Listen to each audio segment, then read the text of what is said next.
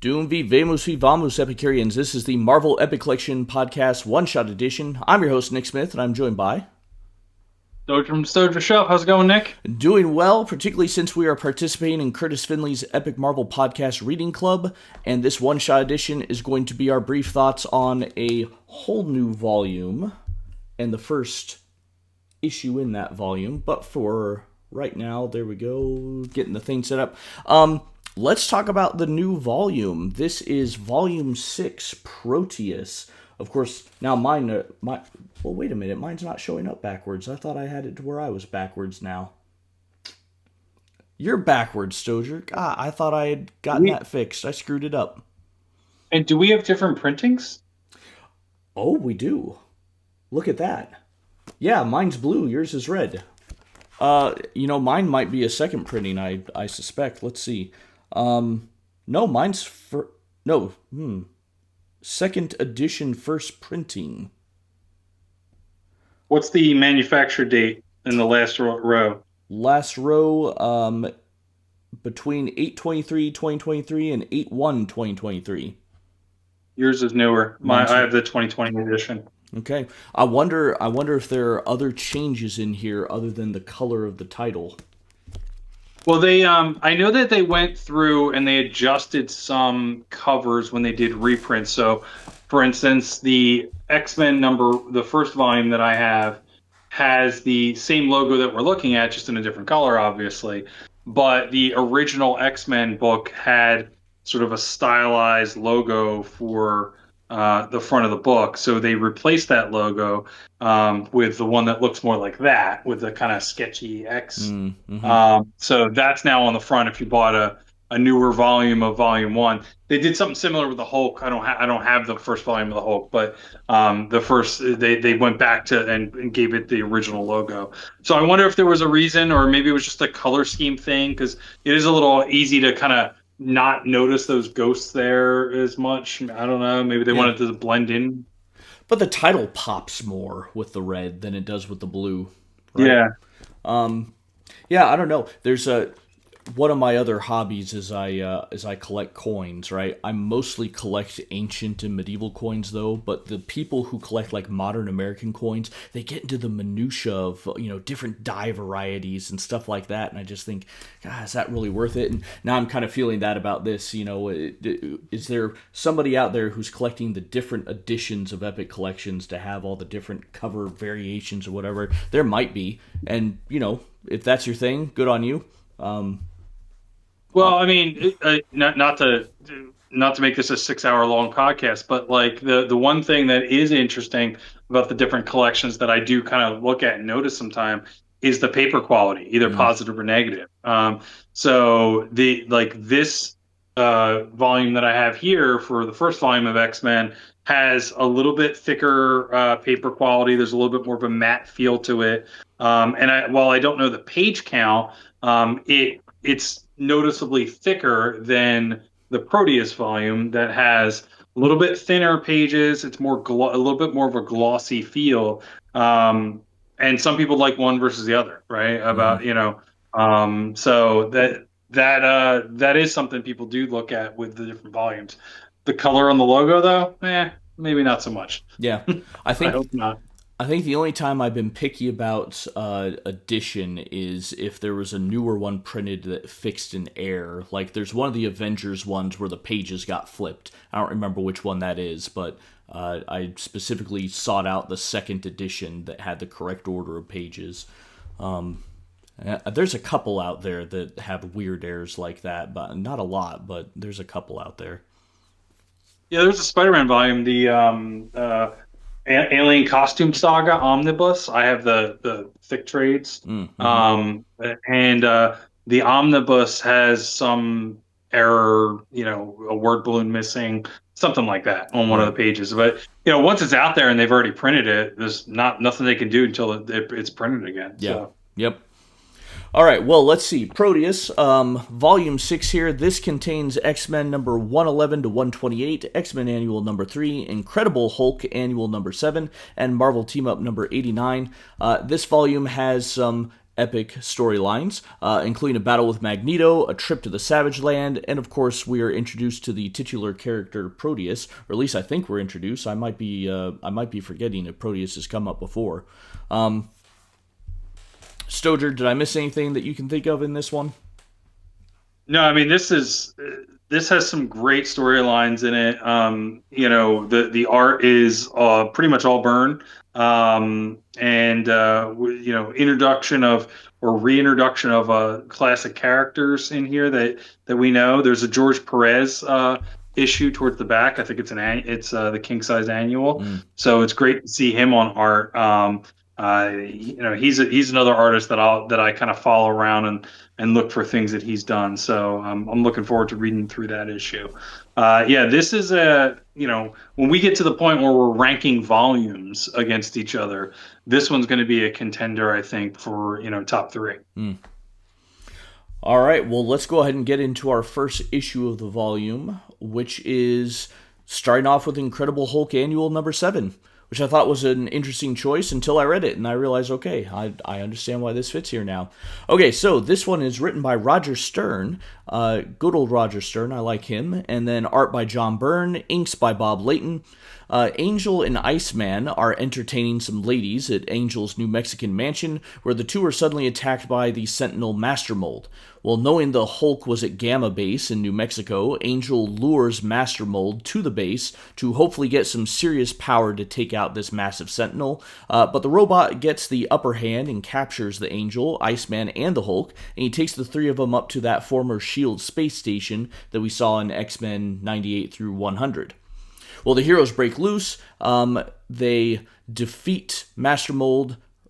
Wait a minute. I got to goof up in my notes here. What am I trying to say here? Oh, they discover that Master Mold had been harboring the memories of Stephen Lang, the defeated head of Project Armageddon, which again we saw back in X-Men 100. So after defeating Master Mold, the trio then return to Earth, and that is a very brief summary of, well, all the crazy stuff that happens in this one. All right, Stojr, what are your thoughts? I love this issue. I think it's a great team up issue with the Hulk. It's not, it doesn't feel convoluted. You got Iceman and Angel kind of off doing their own thing, and just happen to be sort of near where the Hulk is. I think the art is great. Byrne knocks it out of the park in this issue. There's some characters and touch points that being an older or a newer reader, like somebody who read the later issues of X-Men, and now I'm kind of going back and reading the earlier issues. There's certain characters, like the whole idea of like Stephen Lang's memories being in a machine. I know Stephen Lang as a throwaway character from the Phalanx Covenant, so that he's going to be heavily tied to machines and things like that, trying to human mind being in a machine or whatever. Candy being the girlfriend of I think it's Warren, Warren, if I yeah. remember correctly, in here, and where she, her storyline, how long she's around, and how she's tied into some of those things later, and just the fun interactions with Hulk and Iceman and Angel. I mean, I think Angel's just very much a playboy. He's just out here with his shirt off, doing whatever he wants to do, and they're all having fun, and and get attacked by a Sentinel. I mean, it's a great fun issue. What do you think? Yeah. As I kind of said, I thought it was a little weird to start an X-Men volume with a Hulk book, but again, after reading it, it makes sense why it's here. It wraps up loose ends from issue 100. That was very nice. I have always enjoyed Roger Stern's writing. His run on Spider-Man was great. He can tell a great story. And I was initially quite confused because when I was reading this, I thought, well, Stern has really goofed up here. He's portraying Master Mold as having a personality, but Stern knows better than that.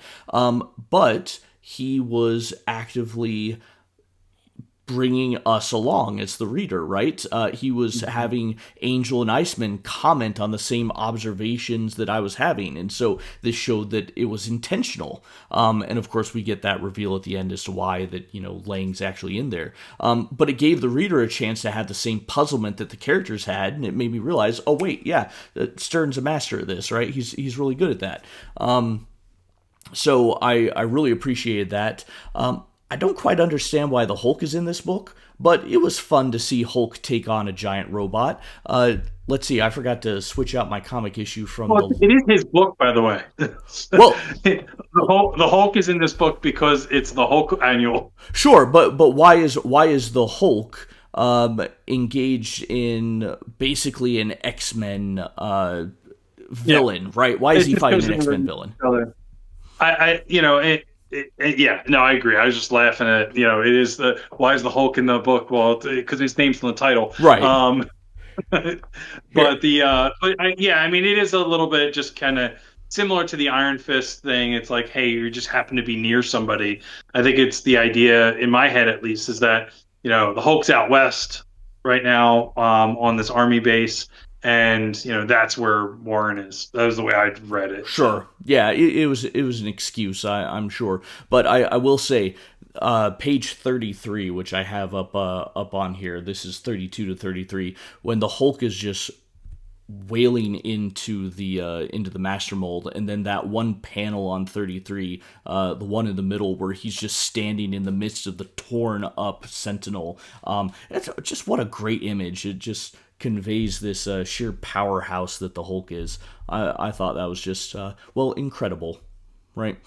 Yeah, I like that, and I reacted to Angel's comment of like, I think I'm going to be sick. Like, it's not literal guts on the ground. Like, it's a robot, man. Like, what's the matter with you?